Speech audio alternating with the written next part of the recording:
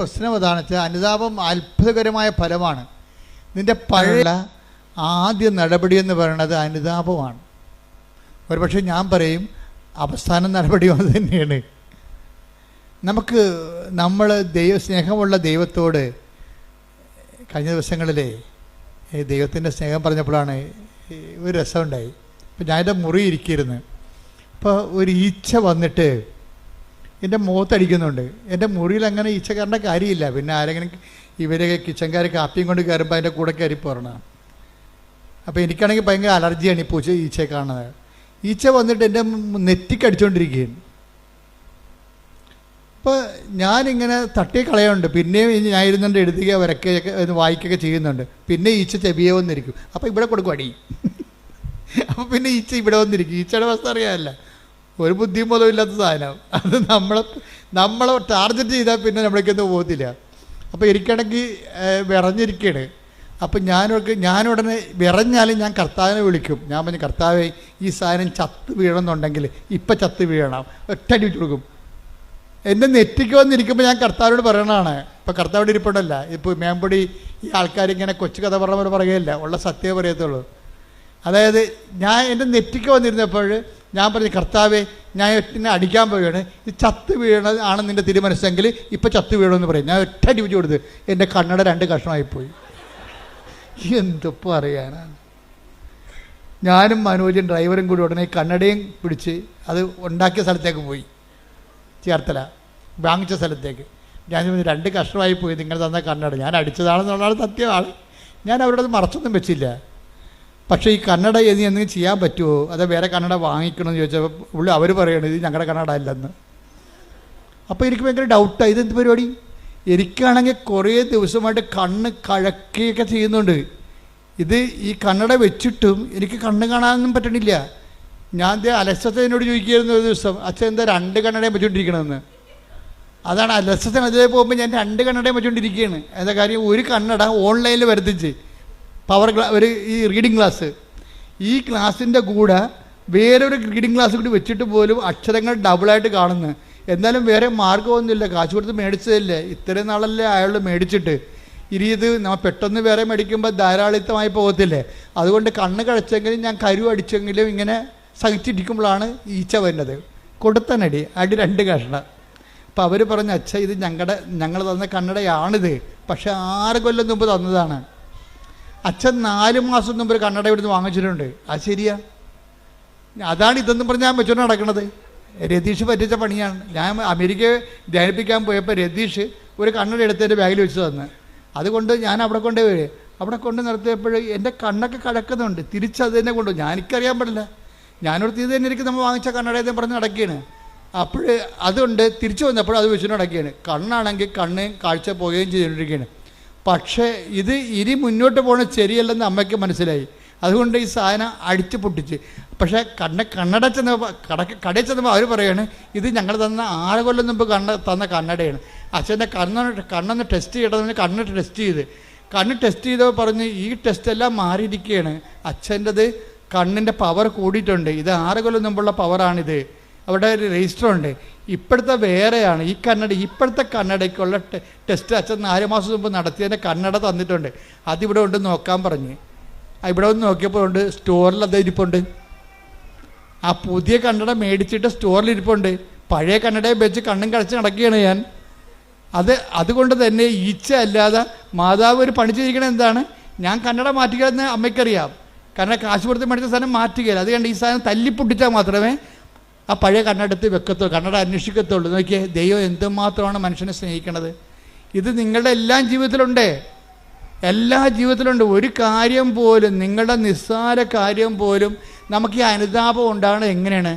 ദൈവസ്നേഹത്തെക്കുറിച്ച് അനുഭവിച്ച് കഴിയുമ്പോഴാണ് ഇത്ര നല്ല ദൈവത്തോട് ഞാൻ അപരാധം, ആ വാക്ക് കേട്ടില്ല എന്ന് നോക്കണം. അവിടെ ഒരു അനുതാപം.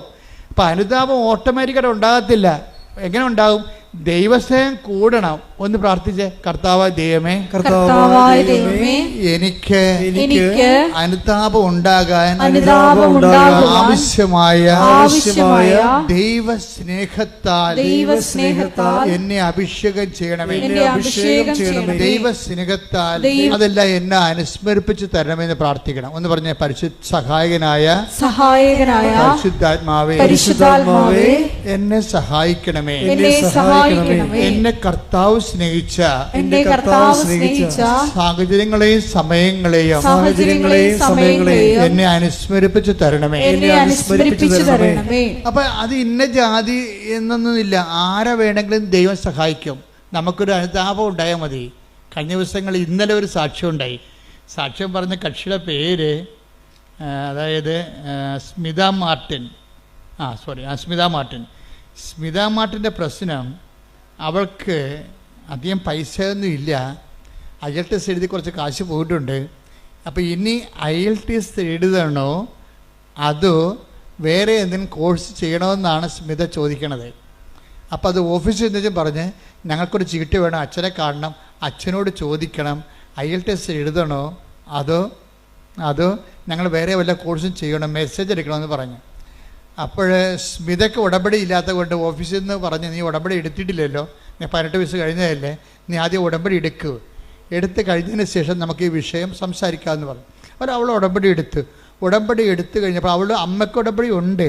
പക്ഷേ ഇത് ഇവളുടെ പ്രൈവറ്റ് കേസായത് കാരണം അവൾക്ക് വയസ്സ് 18 കഴിഞ്ഞ കാരണം ഉടമ്പടി എടുക്കാൻ ബാധ്യതയാണ്. അപ്പോൾ അവൾ ഉടമ്പടി എടുത്ത് കഴിഞ്ഞപ്പോൾ ഉടനെ വീണ്ടും പറഞ്ഞു നമുക്കിനി മെസ്സേജ് ചോദിക്കാമല്ലോ എന്ന് പറഞ്ഞ്.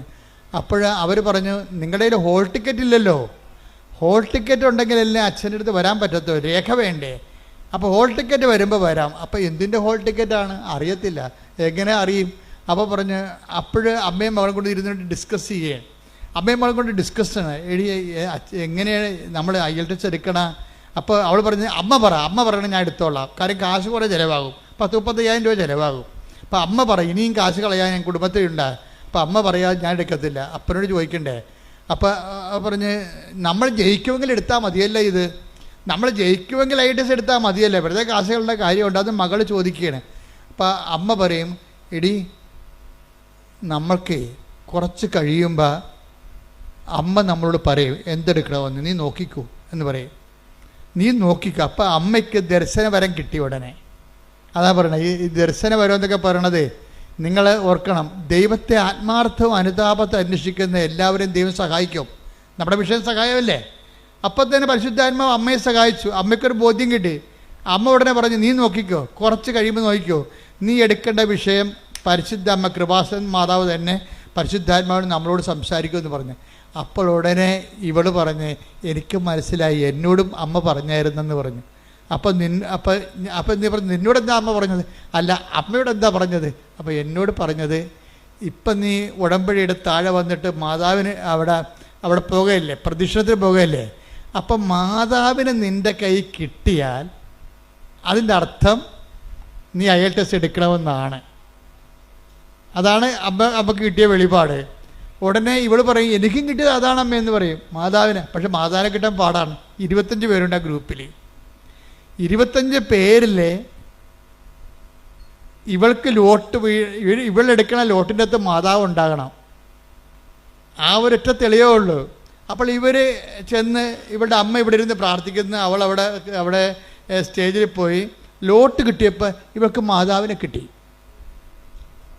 എന്ന് വെച്ച് കഴിഞ്ഞാൽ അത് മാതാവിനെ പിടിച്ചുകൊണ്ട് മുത്തുക്കോടയുടെ താഴെക്കൂടി വരണമ്പോൾ അമ്മ ഇങ്ങനെ ഇവിടെ ഇരുന്ന് വെച്ചാൽ അങ്ങോട്ട് തിരിഞ്ഞു നോക്കിയപ്പോൾ മകളുടെ കൈ മാതാവ് ഇരിക്കണം. എൻ്റെ അമ്മയെന്നും പറഞ്ഞ് ഇവർ പെസര് പോലെ ഓടിച്ചെന്ന് മാതാവിനെ കെട്ടിപ്പിടിച്ചു ഉമ്മ വെച്ച്. അമ്മേ ഞങ്ങളെ വിട്ടുപോയിട്ടില്ലല്ലേ. അപ്പോൾ പറഞ്ഞു ഇനി എത്ര 1000 രൂപ പോയാലും കുഴപ്പമില്ല, നമ്മളായിട്ട് പാസ്സാകുന്നു. അതാ വിഷയം. അത് തീരുമാനം കണ്ട ഇത് അന്തർദർശനമെന്ന് പറയും. അന്നാളുകളിൽ നിങ്ങളുടെ യുവാക്കന്മാർ ദർശനങ്ങൾ കാണുമെന്ന് പറഞ്ഞില്ലേ. പിതാക്കന്മാർക്ക് സ്വപ്നങ്ങൾ ഉണ്ടാകുമെന്ന്. അതാണ് പരിശുദ്ധാത്മാവിന്റെ പ്രവർത്തനമാണത്. ഒന്ന് എടുത്ത് take the bed of God ശ്രദ്ധിക്കട്ടെ. ഹല്ലേലൂയ. ജോയൽ 2:28. ജോയൽ 2:28. അന്ന് ഇങ്ങനെ സംഭവിക്കും. അന്ന് ഇങ്ങനെ സംഭവിക്കും. എല്ലാവരുടെയും മേൽ എന്റെ ആത്മാവിനെ ഞാൻ വർഷിക്കും. നിങ്ങളുടെ പുത്രന്മാരും പുത്രിമാരും പ്രവചിക്കും. നിങ്ങളുടെ വൃദ്ധന്മാർ സ്വപ്നങ്ങൾ കാണും. യുവാക്കൾക്ക് ദർശനങ്ങൾ ഉണ്ടാകും. അപ്പൊ ഇതെന്ന് പറയുന്നത് സഹായമാണ്, നമ്മുടെ സബ്ജക്റ്റ് സഹായമല്ലേ. അപ്പോൾ ഒരു കൺഫ്യൂഷൻ വന്നപ്പോൾ ദൈവം നമ്മളെ സഹായിക്കുകയാണ്. അപ്പം സഹായിക്കണം. ഉടമ്പടിയിലാണെങ്കിലുണ്ടല്ലോ സഹായം പെട്ടെന്നാണ് കിട്ടണത്. എന്താ കാര്യം? അപ്പം അമ്മയ്ക്കും മകൾക്കും ഒരേ സമയം തന്നെ ദർശനം കൊടുത്തു. ഞാനാണ് നിങ്ങളുടെ കയ്യിൽ വരണമെന്നുണ്ടെങ്കിൽ ഈ കാര്യത്തിൽ നിങ്ങളുടെ തീരുമാനം കറക്റ്റായിരിക്കുമെന്ന്. പക്ഷേ ഇവൾ തോറ്റുപോകും IELTS എഴുതി. അപ്പോൾ ഇവർക്ക് അപ്പനെയും മകൾക്കും അമ്മയ്ക്കും എല്ലാം സങ്കടം. പക്ഷേ അപ്പം പറയും നോ നോ നോ, അമ്മ പറഞ്ഞിട്ടല്ലേ നമ്മൾ IELTS എടുത്തത്. അപ്പം നിങ്ങളിങ്ങനെ വിശ്വാസിച്ച് നിൽക്കണ കാണുമ്പോൾ ഒരാൾ വന്ന് ചോദിക്കും എന്താ സങ്കടം ഇങ്ങനെ IELTS തോറ്റു എന്ന് പറയാം. തോറ്റു എന്ന് പറയുമ്പോൾ അത് റീവാലുവേഷൻ കൊടുത്താൽ പോരെ. അപ്പോൾ റീവാലുവേഷൻ ഉണ്ടാകും കൊടുക്കുക. അതിവർക്ക് അറിയത്തില്ല. എല്ലാവർക്കും അറിയാം, പക്ഷേ ഇവർക്ക് അറിയത്തില്ല റീവാലുവേഷൻ കൊടുക്കണമെന്ന്. റീവാലുവേഷൻ കൊടുക്കണമെങ്കിൽ പിന്നെ അത്രയും കാശ് തന്നെ അടക്കണം. അത്രയും അടക്ക് വീണ്ടും നമ്മൾ ഇപ്പോൾ ഈ പേപ്പർ അല്ലെങ്കിൽ സൈറ്റ് നോക്കാൻ കൊടുക്കണം. അപ്പോൾ അത്രയും പൈസ അടച്ചിട്ട് അപ്പം പറയും കുഴപ്പമില്ല, മാതാവാണല്ലേ നമ്മളോട് IELTS എടുക്കാൻ പറഞ്ഞത്, അതുകൊണ്ട് റീവാലുവേഷൻ കൊടുക്കുമ്പോൾ ഇപ്പം നീ എഴുതിയപ്പോൾ തോക്കുമെന്ന് ഉറപ്പല്ലേ, എഴുതിയപ്പോൾ തോറ്റു.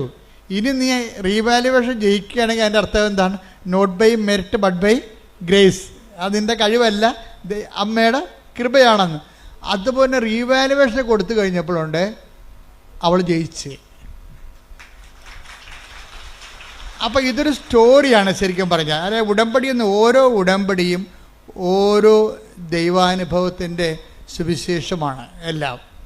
പക്ഷേ ഇത് ഫോളോ ചെയ്യുമ്പോൾ നമ്മളെപ്പോഴും ശ്രദ്ധിക്കേണ്ടത് ഒരു ഇൻറ്റേരിയം പീരീഡിന് വേണ്ടിയുള്ള ഒരു അഡ്ജസ്റ്റ്മെൻറ്റായിട്ട് ദൈവവുമായിട്ട് നിങ്ങൾ നീങ്ങിയാൽ ഇതുപോലുള്ള വലിയ കാര്യങ്ങൾ ദൈവമായിട്ട് നിങ്ങളായിട്ട് ചെയ്യത്തില്ല.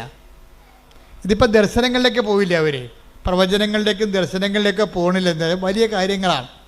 ഇതിന് വലിയ കാര്യങ്ങളെന്നാണ് പറയണത്. ഞാൻ എൻ്റെ പിതാവിനോട് ചോദിക്കുകയും ഇതിനേക്കാൾ വലിയ കാര്യങ്ങൾ നിങ്ങൾ കാണുകയും ചെയ്യും. Take the bed of God ശ്രദ്ധിക്കട്ടെ. ഹല്ലേലൂയ ഹല്ലേലൂയ ഹല്ലേലൂയ ഹല്ലേലൂയ ഹല്ലേലൂയ യേശുവേ നന്ദി. ഹല്ലേലൂയ ഹല്ലേലൂയ ഹല്ലേലൂയ ഹല്ലേലൂയ ഹല്ലേലൂയ. യോഹന്നാൻ 1:50. യോഹന്നാൻ 1:50. യേശു പറഞ്ഞു അത്തിമരത്തിന്റെ ചുവട്ടിൽ നിന്നെ കണ്ടു എന്ന് ഞാൻ പറഞ്ഞതുകൊണ്ട് നീ എന്നിൽ വിശ്വസിക്കുന്നു. അല്ലേ? എന്നാൽ ഇതിനേക്കാൾ വലിയ കാര്യങ്ങൾ നീ കാണും. Praise the Lord. അതായത് സ്വർഗീയമായ കാര്യങ്ങളെ കുറിച്ചാണ് പിന്നീട് സംസാരിക്കുന്നത്. അപ്പോൾ സ്വർഗീയമായ മേഖലയിലെ അതുപോലെ തന്നെ പ്രവചനങ്ങൾ, ദർശനങ്ങൾ, സ്വപ്നങ്ങൾ ഒക്കെ തുടങ്ങിക്കഴിഞ്ഞാൽ നീ ഉടമ്പടിയുടെ രണ്ടാം ഘട്ടത്തിലേക്ക് പ്രവേശിക്കുന്നതിൻ്റെ അർത്ഥം. ഇപ്പോൾ ഒരു മകള് ഇന്നലെ ഒരു സാക്ഷ്യം പറഞ്ഞത്, അവളുടെ കോളേജിൻ്റെ അമ്മ ഉടമ്പടി എടുത്തപ്പോൾ തന്നെ കോളേജിൻ്റെ വാതിക്കൽ മഴവില്ല് തെളിഞ്ഞു നിൽക്കുന്നു. അവൾ ഉടനെ മൊബൈൽ എടുത്തിട്ട് അമ്മയ്ക്ക് അയച്ചു കൊടുത്തു, അമ്മേ ഉടമ്പടി എടുത്തല്ലേ, അമ്മ മഴവില്ലുമായി എൻ്റെ മുമ്പിൽ നിൽക്കണമെന്ന്. അതായത് അടയാളം കണ്ടുകൊണ്ടേയിരിക്കും, വലിയ കാര്യങ്ങൾ ഇങ്ങനെ കണ്ടുകൊണ്ടേയിരിക്കും. അതുകൊണ്ട് ഇപ്പോൾ ബൈബിൾ എപ്പോഴും പറയണത് കാണുന്ന കാര്യങ്ങൾ വളരെ സീരിയസ് ആണ്, അവനെ കേൾക്കുന്ന കാര്യങ്ങളും. ഉടമ്പടിക്ക് രണ്ടുമുണ്ട്. ഉടമ്പടിക്ക് 3 കാര്യങ്ങളുണ്ട്. കാണുന്ന കാര്യങ്ങളുണ്ട്, കേൾക്കുന്ന കാര്യങ്ങളുണ്ട്, പിന്നെ എന്താണ്, ചെയ്യുന്ന കാര്യങ്ങളുണ്ട്. ദൈവമായിട്ട് ഇടപെടുന്നതെല്ലാം ഈ ഒരു 3 ഘട്ടങ്ങളെയും അഡ്രസ്സ് ചെയ്യേണ്ടി വരും. കാണുന്ന കാര്യങ്ങൾ, കേൾക്കുന്ന കാര്യങ്ങൾ, ചെയ്യുന്ന കാര്യങ്ങൾ. എന്താ കാര്യം വെച്ച് കഴിഞ്ഞാൽ സാക്ഷ്യത്തിൻ്റെ അകത്തെല്ലാം ഇതെല്ലാം സാക്ഷ്യത്തിലേക്ക് നമ്മൾ നയിക്കണമെങ്കിൽ ഈ 3 കാര്യങ്ങളും ഒരുമിച്ച് കൺകർ ചെയ്യേണ്ടി വരും. അപ്പോൾ നിങ്ങളെന്ന് വെച്ചാൽ പ്രാർത്ഥന മാത്രം കൊണ്ടിരുന്ന സാക്ഷ്യം ഉണ്ടാകത്തതെന്നായി പറയണതിൻ്റെ അർത്ഥം പിടിയാ. നിങ്ങൾക്ക് പലർക്കും അബദ്ധം പറ്റണത് ചുമ്മാ ഇത് പ്രാർത്ഥനയാക്കി മാത്രം കളയും. പ്രാർത്ഥനയല്ല, പിന്നെ എന്താണ്? അതിൻ്റെ അകത്ത് പ്രവർത്തനങ്ങളുണ്ട്, പ്രഖ്യാപനങ്ങളുണ്ട്. ശ്രുതിയുടെ മക്കളെ യേശുവേ സ്തോത്രം, ഹല്ലേലൂയ. 2 രാജാക്കന്മാർ 2:21 എടുത്ത്. 2 രാജാക്കന്മാർ 2:21. 2 രാജാക്കന്മാർ 2:21. അവൻ ഉറവയ്ക്കടുത്തു ചെന്ന്, അതായത് ഇസ്രായേൽ ജനം വഴിമധ്യേ ഒരു ഉറവയിലെത്തിയപ്പോൾ അത് കുടിച്ചവർക്ക് ഭയങ്കര കയ്പ് തോന്നി. അതാണ് വിഷയം. വഴിയമതി വായിച്ചോളൂ. ഉപ്പ് അതിലിട്ടുകൊണ്ട് പറഞ്ഞു, കർത്താവ് അരുൾ ചെയ്യുന്നു, ഞാൻ ഈ വെള്ളം ശുദ്ധീകരിച്ചിരിക്കുന്നു. ഇനി ഇത് മരണത്തിനോ ഫലശൂന്യതയ്ക്കോ കാരണമാവുകയില്ല. അതായത് ഉപ്പിട്ട് കഴിയുമ്പോൾ എന്ത് പറയും? ഉപ്പിടണത് എന്താണ്? പ്രയോഗമാണ്. ആ പ്രയോഗത്തിൽ തന്നെ പ്രഖ്യാപനം ഇരിപ്പുണ്ട്. എന്താണ്? ഒന്നുകൂടി വായിച്ചേ. അവൻ ഉറവയ്ക്ക് അടുത്ത് ചെന്ന്, വിഷം പിടിച്ച ഉറവയ്ക്ക് അടുത്ത് ചെന്നിട്ട്, വിഷമുള്ള ഉറവയ്ക്ക് അടുത്ത് ചെന്നിട്ട് അവൻ എന്ത് ചെയ്തു? ഉപ്പ് അതിലിട്ടുകൊണ്ട് പറഞ്ഞു, കർത്താവിന്റെ നാമത്തിൽ ഉപ്പിട്ടുകൊണ്ട് പറഞ്ഞു. എന്താണ്? കർത്താവ് അരുൾ ചെയ്യുന്നു, ഞാൻ ഈ വെള്ളം ശുദ്ധീകരിച്ചിരിക്കുന്നു. ഇനി ഇത് മരണത്തിനോ ഫലശൂന്യതയ്ക്കോ കാരണമാവുകയില്ല. അതായത് കർത്താവ് അരുളി ചെയ്യുന്നു, ഇതിന് മരണത്തിന് കാരണമാവുകയില്ല, ഫലശൂന്യതയ്ക്ക് കാരണമാവുകയില്ല എന്ന് പറഞ്ഞാൽ എന്താണ്? ഉപ്പ് ഇടണത് പ്രയോഗവും മരണത്തിന് കാരണമാവുകയില്ല എന്ന് പറയുന്നത് പ്രഖ്യാപനവുമാണ്, ദൈവത്തിലുള്ള പ്രഖ്യാപനവുമാണ്. ഇതുകൊണ്ടാണ് ചില ആൾക്കാർ പണ്ട് പല കാര്യങ്ങൾ ചെയ്യുമായിരുന്നു. പിന്നെ ആൾക്കാരത് ഓവറായിട്ട് ചെയ്യാൻ തുടങ്ങിയപ്പോഴാണ് ഞങ്ങൾ ഈ പത്രത്തിൻ്റെ കാര്യങ്ങളൊക്കെ ഒന്ന് സബ്സിഡാക്കി കളഞ്ഞത്. പക്ഷേ എന്നാലും ഉപ്പ് ഇപ്പോഴും ഇടുന്നുണ്ട് ആൾക്കാർ. മാവ് പൂത്തില്ലെന്ന് പറഞ്ഞു കഴിഞ്ഞാൽ ഉടനെ കൊണ്ടുപോയി അവർ ഉപ്പിട്ട് വിശ്വാസപ്രമാണം ചെല്ലും. ഇവിടെ ഞങ്ങളെ സംബന്ധിച്ചിടത്തോളം ഇവിടെ ഞങ്ങളെ തിരക്കാനോ പറയാനോ അന്വേഷിക്കാനോ ഞങ്ങളെ റെക്കമെൻഡ് ചെയ്യാനോ ആരുമില്ല എന്ന് പറഞ്ഞാൽ പരീക്ഷ ഹോളിലും ആൾക്കാർ കൊണ്ടുപോയി ഉപ്പ് പ്രയോഗിക്കും. എന്താ കാര്യം? കർത്താവ് അരുളി ചെയ്യുന്നു, എനിക്കിത് തോൽവിക്ക് കാരണമാകുകയില്ല. പ്രഖ്യാപനമാണത്. മനസ്സിലായില്ലേ? അപ്പം ഇങ്ങനെ ദൈവമായി, പക്ഷെ അങ്ങനെ എപ്പോഴും നമ്മൾ ശ്രദ്ധിക്കേണ്ടത്, ദൈവമായിട്ട് നമ്മൾ അമീക്കബിൾ റിലേഷനിലേക്ക് വന്നു, നമ്മൾ ദൈവമായിട്ട് ഒരു സംശയമില്ലാത്ത ഒരു ബന്ധം, സംശയമില്ലാത്ത എപ്പോഴും വരണത് ഉടമ്പടിക്ക് വേണ്ട വിശ്വാസം, സംശയമില്ലാത്ത വിശ്വാസം വരണം. പ്രീഡിയ, നിങ്ങൾക്ക് ഉടമ്പടിയിൽ ഈ പ്രഖ്യാപനം ഭരിക്കാത്തതിൻ്റെ കാരണം സംശയത്തിൻ്റെ കണ്ടൻ്റ് ഉള്ളത് കൊണ്ടാണ്. നിങ്ങൾ ഉപ്പൊക്കെ ഇടുകയെ, പക്ഷേ ചിലത് ഭരിക്കത്തില്ല. കാര്യം വെച്ച് കഴിഞ്ഞാൽ അതിൻ്റെ അകത്ത് സംശയത്തിൻ്റെ കണ്ടൻ്റ് ഉള്ളത് കൊണ്ടാണ്. അപ്പം അത് നിങ്ങൾ എപ്പോഴും ചെയ്യേണ്ട കാര്യം വെച്ചാൽ ഈ സംശയം നീക്കാൻ വേണ്ടി പ്രത്യേകം ആന്തരിക അഭിഷേകം, അനോയിൻറ്റഡ് ഫെയ്ത്ത് എന്ന് പറഞ്ഞൊരു ഫെയ്ത്തുണ്ട്. ബൈബിളിൽ വലിയ വിശ്വാസം എന്നൊക്കെ പറയും, പക്ഷേ അനോയിൻറ്റഡ് ഫെയ്ത്താണ്. എന്നുവെച്ചാൽ അതിൻ്റെ അകത്ത് 10% ഫെയ്ത്ത് ആയിരിക്കും. കണ്ടൻറ്റ് വൈസ് 100% ഫെയ്ത്ത് വിശ്വാസം തന്നെയായിരിക്കും. അതിൻ്റെ അകത്ത് സംശയം ഉണ്ടാകത്തില്ല. 10 ദിവസത്തിന് കുറച്ച് വിശ്വാസം ഉണ്ടെങ്കിലും പക്ഷെ പെട്ടെന്ന് കാലം നനഞ്ഞപ്പോൾ കാറ്റ് പിടിച്ചപ്പോൾ പുള്ളി താഴെ പോയില്ല, ടക്കോന്നും താഴെ പോയി. അപ്പോൾ കർത്താവ് എന്താ ചോദിക്കണത്? അല്പവിശ്വാസി. അതാണ് ചോദിക്കണത്. എന്താണ് കാര്യം? സംശയിച്ചത്. Take the word of God. അല്പവിശ്വാസി. മത്തായി 14:31. മത്തായി 14:31. ഉടനെ യേശു കൈനീട്ടി അവനെ പിടിച്ചുകൊണ്ട് പറഞ്ഞു, അല്പവിശ്വാസി, നീ സംശയിച്ചതെന്ത്? അല്പവിശ്വാസി, നീ സംശയിച്ചതെന്ത്? അപ്പം ഈ പ്രയോഗം നടത്തുന്നവരില്ലേ, കാശുരൂപത്തിൻ്റെ ഉപ്പിൻ്റെയും ഒക്കെ പ്രയോഗങ്ങൾ നടത്തുന്നവർ എപ്പോഴും ശ്രദ്ധിക്കേണ്ടത്, നിങ്ങൾ അതൊക്കെ ചെയ്യുന്നതിന് മുമ്പ് വിശ്വാസത്തിൻ്റെ അകത്ത് ആ വിശ്വാസം കണ്ടന്റ് അല്പം മാത്രമുള്ള വിശ്വാസമുണ്ട്. ബാക്കിയുള്ളതെല്ലാം എന്താണ്? അല്പവിശ്വാസം എന്ന് പറഞ്ഞാൽ അർത്ഥം എന്താണ്? അല്പം മാത്രം വിശ്വാസം, ബാക്കിയുള്ളത് എന്താണ്? സംശയം. അതാണ് വിഷയം. അതാണ് അല്പവിശ്വാസി, നീ സംശയിച്ചത് എന്ത്? അപ്പോൾ വിശ്വാസമുണ്ട്, പക്ഷെ ഒരു 30% 50% വിശ്വാസമുണ്ട്. പക്ഷെ 50% എന്താ ഉള്ളത്? സംശയമാണ്. ഇന്നലെ വേറെ ഒരു ലേഡി ഒരു സാക്ഷ്യം പറഞ്ഞിട്ടുണ്ട്. എന്ന് വെച്ച് കഴിഞ്ഞാൽ അവരുടെ സാക്ഷ്യം ജിസ്മി മേരി റെജി എന്നുള്ള ഒരു മോള് സാക്ഷ്യം വെച്ചിട്ടുണ്ട്. അവളുടെ സാക്ഷ്യത്തിന് തോന്നിയിരിക്കുന്നത്, അവൾക്ക് അവൾ പഠിച്ചത് സൈക്കോളജിയാണ്. പക്ഷെ ഒരു നിമിഷം ഉടമ്പടി എടുത്ത് കഴിഞ്ഞപ്പോൾ അവളുടെ അമ്മ ഉടമ്പടിയിലാണ്. പക്ഷേ സൈക്കോളജിയുടെ ഉപരിപഠനം എടുത്ത് ഡോക്ടറേറ്റ് എടുത്തിട്ട് കോളേജൊക്കെ പഠിപ്പിക്കുക, അല്ലെങ്കിൽ ആ മേഖലയിൽ കൗൺസിലിംഗ് ഒക്കെ ആയിട്ട് പോവുക എന്നുള്ള ഉദ്ദേശമാണ് ഇവിടെ പണ്ട് മുതലെയുള്ള ഇവളുടെ ഒരു ആഗ്രഹമാണ്. പക്ഷേ കുറച്ച് കഴിഞ്ഞപ്പോൾ ഇവൾക്ക് ഒരു പെർപ്ലക്ഷൻ ഉണ്ടായി. എന്ന് വെച്ച് കഴിഞ്ഞാൽ ഞാനിത് കൊണ്ട് ഗതി പിടിക്കുമോ, എൻ്റെ കുടുംബത്തിലെ കടങ്ങളെ പരിഹരിക്കാൻ പറ്റുമോ എന്നൊക്കെ പറഞ്ഞ് അവൾക്ക് ഡൗട്ടായി കഴിഞ്ഞപ്പോൾ അവൾക്ക് പെട്ടെന്ന് ഇവൾ തീരുമാനം എടുത്ത് പറഞ്ഞ് നേഴ്സിംഗ് മറ്റേ പഠിക്കാമെന്ന് പറഞ്ഞു. അപ്പോൾ അമ്മയെ വിളിച്ചപ്പോൾ അമ്മയ്ക്ക് ഭയങ്കര സന്തോഷം. കാര്യം ഇവൾ സൈക്കോളജി എന്ന് പറഞ്ഞ് കെട്ടിച്ചാടിയ കാരണം അമ്മ പിന്നെ ഭയങ്കര സങ്കടപ്പെട്ട് ജീവിക്കുകയാണ്. അവൾ ഇസ്രയേലിലാണെങ്കിലും ഈ മകളുടെ പഠനത്തിൽ അവൾക്ക് അത്രയ്ക്ക് അവളുടെ ഒരു കപ്പാസിറ്റി, സൈക്കോളജിക്ക് എടുക്കുന്നവർക്ക് വേറെ ഒരു കലിബറല്ലേ, വേറെ കപ്പാസിറ്റിയാണ്. ആ ഒരു കപ്പാസിറ്റി ഇവർക്ക് ഇല്ലല്ലോ എന്ന് എന്തോ അവർക്കൊരു അസ്വസ്ഥത. പക്ഷേ ഇവിടെ നേഴ്സിംഗ് എന്ന് പറഞ്ഞപ്പോൾ അമ്മയ്ക്ക് ഇഷ്ടം. അപ്പോൾ അമ്മ പറഞ്ഞു അങ്ങനെയാണെങ്കിൽ ആസ്ട്രേലിയയിൽ പോയി മകളെ എന്ന് പറഞ്ഞു. ആസ്ട്രേലിയയിൽ പോകാൻ പറഞ്ഞു. അപ്പോൾ ആസ്ട്രേലിയയിൽ പോകാൻ നേരത്തെ ഇവളുടെ CV മാർക്ക് ലിസ്റ്റ് അയച്ചു കൊടുത്തു. പക്ഷേ ആദ്യമൊക്കെ ഇവൾ വിചാരിച്ച കോളേജിൽ കിട്ടാൻ വേണ്ടി ഇവൾ ഉടമ്പടി എടുത്തിട്ടുണ്ട്. പക്ഷേ ആ കോളേജിൽ കിട്ടണില്ല. പക്ഷേ പെട്ടെന്ന് ഈ ഉടമ്പടി എടുത്ത് പ്രെയർ തുടങ്ങിയപ്പോൾ തന്നെ ആസ്ട്രേലിയയിൽ നിന്ന് ഇവൾ പറഞ്ഞ കോളേജിൽ നിന്ന് ഇവർക്ക് ഒരു ഓഫർ ലെറ്റർ വന്ന് അത് ഓക്കെ ആയി. പിന്നെ ബാങ്ക് ലോണും ഒക്കെ ഓക്കെ ആയി. പെട്ടെന്ന് ഓക്കെ ആയി കഴിഞ്ഞപ്പോൾ ഇവൾക്ക് പറയണ അത് എൻ്റെ നല്ല മാർക്കാണ്. അപ്പോൾ എനിക്കെൻ്റെ നല്ല മാർക്കുള്ളത് കൊണ്ടാണ് എനിക്ക് ആദ്യം യേശുവ സൂത്രം എന്നൊക്കെ പറഞ്ഞെങ്കിലും പിന്നീട് ഇവിടെ കളം മാറി. അങ്ങനെയാണല്ലോ ഈ പല ആൾക്കാർക്കും സംഭവിക്കുന്നത്. എന്ന് വെച്ച് കഴിഞ്ഞാൽ ഇവരിങ്ങനെ യേശുവ സൂത്രം എന്നൊക്കെ പറയുന്നുണ്ടെങ്കിലും ഇവരുടെ അടിമനസ്സിൽ ഇവർ പറയും ഇത് എൻ്റെ കഴിവ് കൊണ്ടാണെന്ന് പറയും. ഇവർക്ക് അങ്ങനെ സംഭവിച്ചിരുന്നില്ല. ആരാണത്? അവളുടെ അതായത് ജുസ്മേരിക്ക് എന്താ പറയണത്? ഇത് എൻ്റെ മാർക്ക് ഹൈ മാർക്കല്ലേ, എബവ് 90 മാർക്കുണ്ട്, എബവ് 90% മാർക്കുണ്ട്.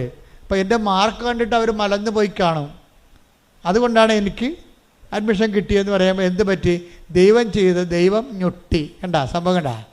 അപ്പോൾ ഇങ്ങനെ ഉള്ളിലിരിപ്പ് ചില ആൾക്കാർക്കുണ്ട്. ഉള്ളിലിരിപ്പ് നിങ്ങളെ പുറത്ത് ഇങ്ങനെ പ്രാർത്ഥിക്കുമെങ്കിലും നിങ്ങളുടെ ഉള്ളിലിരിപ്പ് നിങ്ങളുടെ കേമത്വം കൊണ്ടാണ് എന്ന് നിങ്ങൾക്ക് തോന്നിയാൽ, അപ്പം നിങ്ങൾക്ക് ചെറുക്കനെ കിട്ടിയ ഒരു കല്യാണം പെണ്ണിനെ കിട്ടിയ അതൊക്കെ എൻ്റെ കഴിവും എൻ്റെ സർവീസും എൻ്റെ ശമ്പളവും എൻ്റെ സൗന്ദര്യം കൊണ്ടാണെന്നൊക്കെ പറഞ്ഞ് കുറച്ച് ഉള്ളിൽ നിങ്ങൾ അങ്ങനെ ധരിക്കും. അതോടുകൂടി ഒരു തീരുമാനം ഉണ്ടാകും. എന്താ കാര്യം? പിന്നെ ഈ പേപ്പർ ഡീഡിക്ക് ദൈവം വഴി മഷിയിട്ടൊക്കെ കാണത്തില്ല. എന്താ കാര്യം? ദൈവത്തിനറിയാം നീ എന്ത് അഭ്യാസം ദൈവത്തെ വെച്ച് നേടിയാലും കുറച്ച് കഴിയുമ്പോൾ അതെല്ലാം നിൻ്റെ ക്രെഡിറ്റിലേക്ക് നീ കൊണ്ടുവരുമെന്ന്. പക്ഷെ ഇത് ഈ ഉടമ്പടിയിൽ ഏറ്റവും വരാൻ പോകുന്നൊരു അപകടമാണത്. നിങ്ങളെ ഒരു വിശ്വാസം നിന്ന് കഴിഞ്ഞാൽ എല്ലാ കാലത്തും ആ വിശ്വാസം കീപ്പ് ചെയ്യണം. അല്ലെങ്കിൽ 6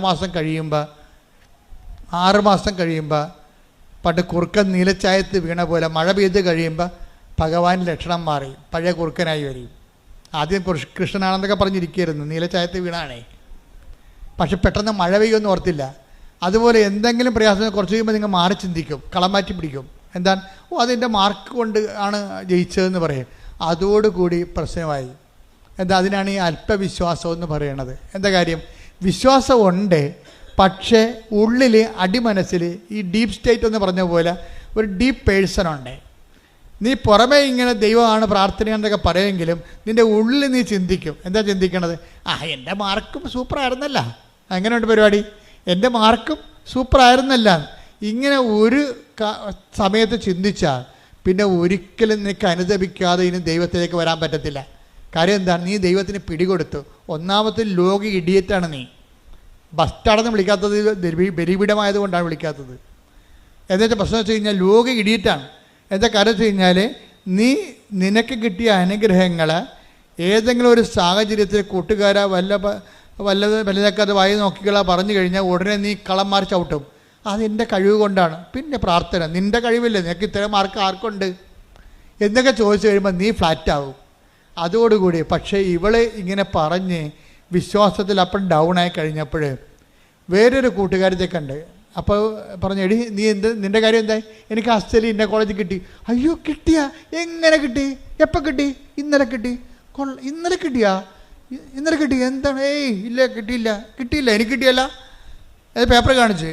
അപ്പോൾ ഇവർ തലയൊക്കെ വയ്ക്കണം. എന്താ പ്രശ്നം വെച്ചാൽ കഴിഞ്ഞ ആഴ്ചയിൽ അഡ്മിഷൻ ക്ലോസ് ചെയ്തായിരുന്നു ആ കോളേജിൽ. ഇവർക്ക് പണി കിട്ടണ വരെ കണ്ടില്ലേ? ദൈവം വിടത്തില്ല, നിന്നെ പുറകെ നടക്കുകയാണ് ഈ പിശാചിൻ്റെ പുറകെ. എന്താ കാര്യം? നീ നിൻ്റെ കഴിവ് കൊണ്ടാണ്, മാർക്ക് കിട്ടിയത് കൊണ്ടാണ് അവിടെ ജയിച്ചതെന്ന് പറഞ്ഞു പോയില്ലേ? അപ്പോൾ ഇനി നിന്നെ കറക്റ്റ് കാര്യം പറഞ്ഞു തരേണ്ട ദൈവത്തിന് ചുമതലയല്ലേ? അപ്പോൾ ഒരു കൂട്ടുകാരത്തെ വിട്ടിരിക്കുകയാണ്. കൂട്ടുകാരത്തെ വിട്ടിയ പാപ്പ കഴിഞ്ഞ ആഴ്ചയിൽ അത് പൂർത്തിയതാണ്, അവിടുത്തെ അഡ്മിഷൻ ക്ലോസ് ചെയ്തതാണ്. പിന്നെ നേക്ക് ഇന്നലെ കിട്ടി. അപ്പോഴാണ് ഇവർക്ക് വിഷമമായി, അനുതാപമായത്. ആ അനുതാപം എന്നെ വഴി കണ്ടില്ലേ? അനുതാപം അനുഭവത്തിൻ്റെ വരത്തുള്ളൂ. അപ്പോൾ അനുതാപം വന്നു. അപ്പോൾ അവൾ സോറി പറഞ്ഞു. അപ്പം സാക്ഷ്യം ഉടനെ പറഞ്ഞു. സാക്ഷ്യം പറയരുതെന്നും പറഞ്ഞാൽ ഉടമ്പടി എടുത്തത്. പക്ഷേ ഇപ്പോൾ അവൾ സാക്ഷ്യം പറഞ്ഞു. എന്താ കാര്യം? അനുഭവം അത്തരമാണ്. കാര്യം എന്താണ്? ക്ലോസായി പോയ അഡ്മിഷന് ഇവക്ക് വേണ്ടി മാത്രം മാതാവ് പുതിയ അഡ്മിഷൻ ചെയ്ത് കൊടുത്തിരിക്കുകയാണ് ഓസ്ട്രേലിയയിൽ. കൈയടിച്ച് ശ്രദ്ധിക്കട്ടെ.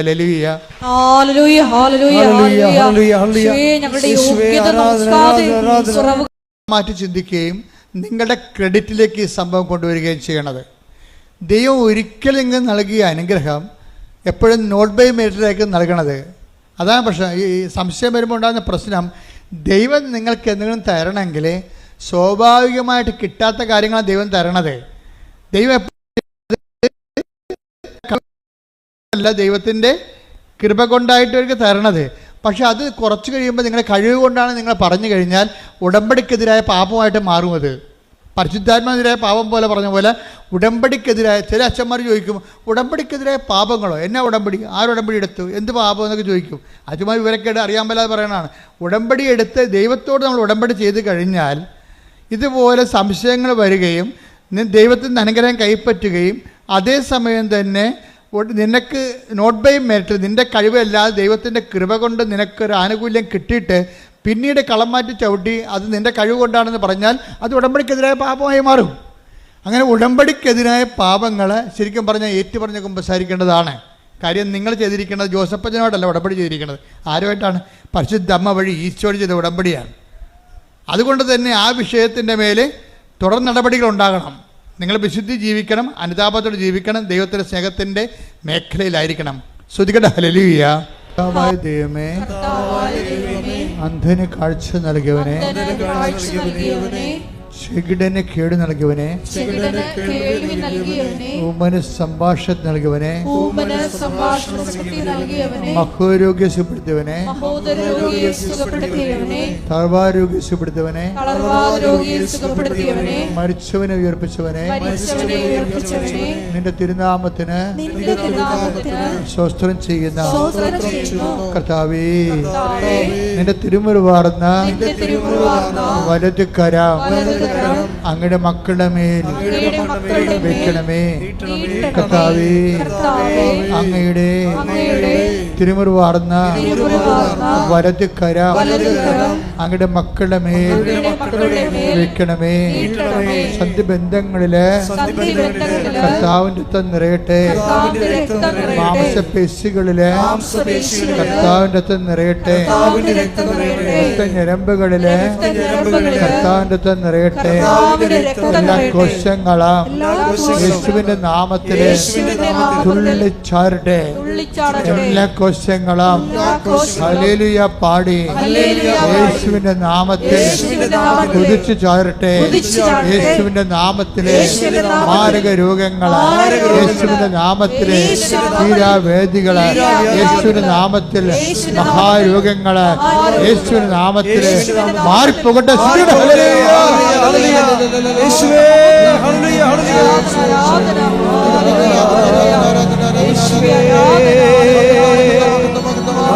ഭാര്യാഭർത്താക്കന്മാർ തമ്മിൽ വേർപിരിഞ്ഞ് ജീവിക്കുന്നവര്, ഒരുമിച്ച് ജീവിക്കാൻ ആഗ്രഹിക്കുന്നവര്, ജോലിക്ക് വേണ്ടി പരിശ്രമിക്കുന്നവർ, ജോലി നഷ്ടപ്പെട്ടിട്ട് അടുത്ത ജോലിക്ക് വേണ്ടി പരിശ്രമിക്കുന്നവരും, അതുപോലെ തന്നെ ജോലി ഇല്ലാത്തവരും, അതുപോലെ തന്നെ പലതരത്തിലുള്ള കുടുംബത്തിൻ്റെ പ്രാരാബ്ധങ്ങൾ, വിവാഹം ഒത്തുവരാത്തവർ, മക്കളില്ലാത്തവർ, ഇതുപോലെ വിദേശപരമായ ജോലിക്ക് വേണ്ടി ശ്രമിക്കുന്നവരും മറ്റു തരത്തിലുള്ള ജോലികൾക്ക് വേണ്ടി ഉദ്യമിക്കുന്നവർ, ഉദ്യമങ്ങൾ പരാജയപ്പെട്ടതിനും നിരാശകളും നീറ്റലുമായി അനുഭവിക്കുന്നവർ, അങ്ങനെ വ്യത്യസ്തങ്ങളായ ഭീഷണികൾ, പലതരത്തിലുള്ള കേസുകൾ, കോടതികൾ, ജയിലിൽ കിടക്കുന്നവർ പോരും. ഈ മേഖലകളെല്ലാം ദൈവത്തിൻ്റെ കരുണ, പരിശുദ്ധ കൃപാസന ആൾത്താർ ജീവനോടെ പ്രത്യക്ഷപ്പെട്ട പരിശുദ്ധ അമ്മയുടെ ശക്തി ദൈവനാമത്തെ കടന്നു ചെന്നുകൊണ്ട് കർത്താവിൻ്റെ കൃപയിൽ ഇടിമുഴക്കം പോലെ അവിടെ എല്ലാം വിടുതൽ ലഭിക്കാൻ വേണ്ടി ശ്രുതിക്കട്ടെ, ശ്രുതിക്കട്ടെ. ഹല്ലേലൂയ.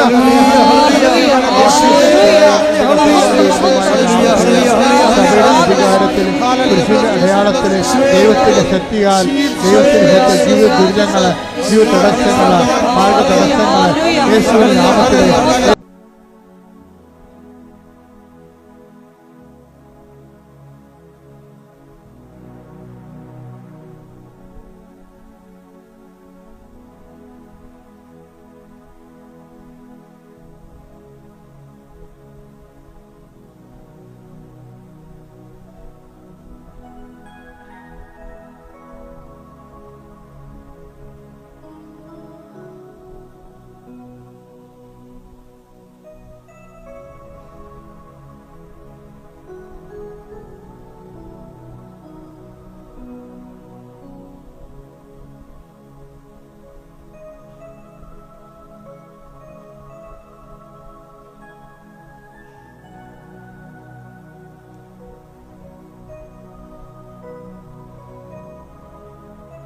ഒരിക്കൽ കൂടി മരിയനോട് ഉടമ്പടിയിൽ സമർപ്പിച്ചിരിക്കുന്ന എല്ലാ വിഷയങ്ങളും ദൈവമാതാവിൻ്റെ മധ്യസ്ഥയിലെ ദിവ്യകാരുണ്യ സന്നിധിയിൽ സമർപ്പിച്ച് നമുക്കൊരു നിമിഷം മൗനമായിട്ട് പ്രാർത്ഥിക്കാം.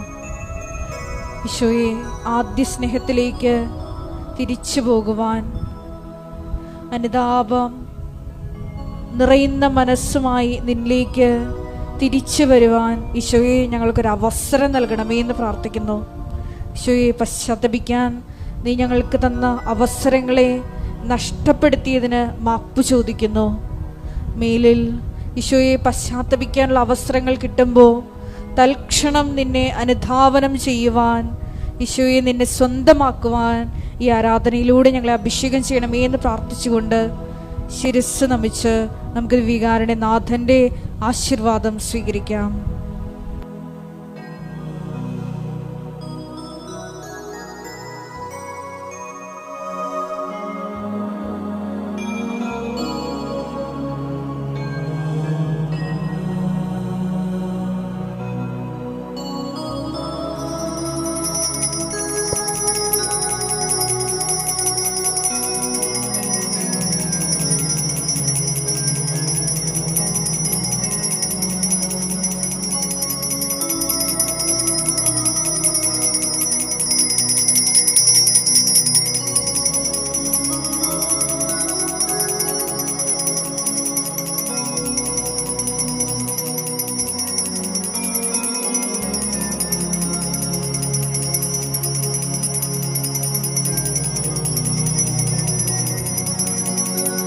പരിശുദ്ധ പരമമാ ദിവ്യകാരുണ്യമേ, എന്നുമെന്നും അങ്ങേക്ക് ആരാധന. പരിശുദ്ധ പരമമാ ദിവ്യകാരുണ്യമേ, എന്നുമെന്നും അങ്ങേക്ക് ആരാധന. പരിശുദ്ധ പരമമാ ദിവ്യകാരുണ്യമേ, എന്നുമെന്നും അങ്ങേക്ക് ആരാധന.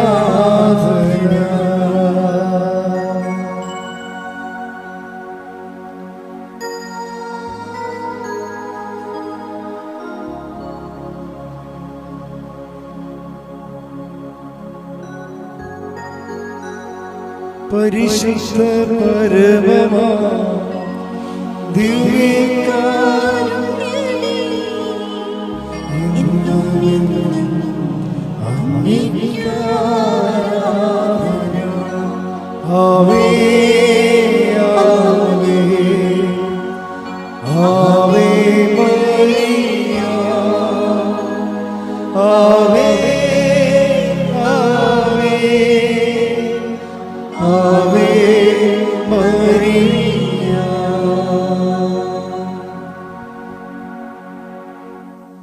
ഒരറിയിപ്പ്.